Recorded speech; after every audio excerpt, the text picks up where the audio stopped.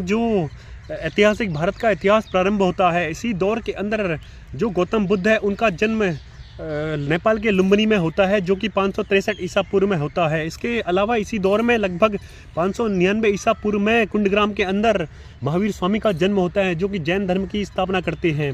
वे 24वें तीर्थंकर भी होते हैं। इस प्रकार से उसी दौर के अंदर जो मगध है मजबूत बन के उभरता है।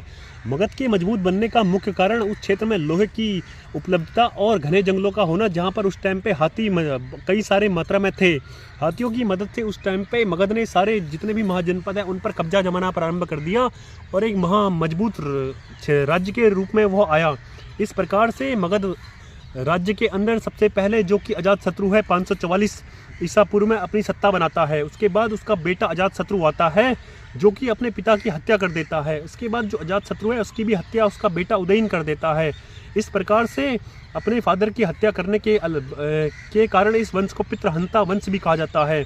तो इस वंश का जो आखिरी शासक होता है नागदशक, उसकी हत्या करके शिशुनाग है वहाँ पर शिशुनाग नागवंश की स्थापना करता है। शिशुनाग के अलावा इस वंश में कालाशोक भी एक शासक बनता है, जिसके दौर में सेकंड बौद्ध संगति हुई थी।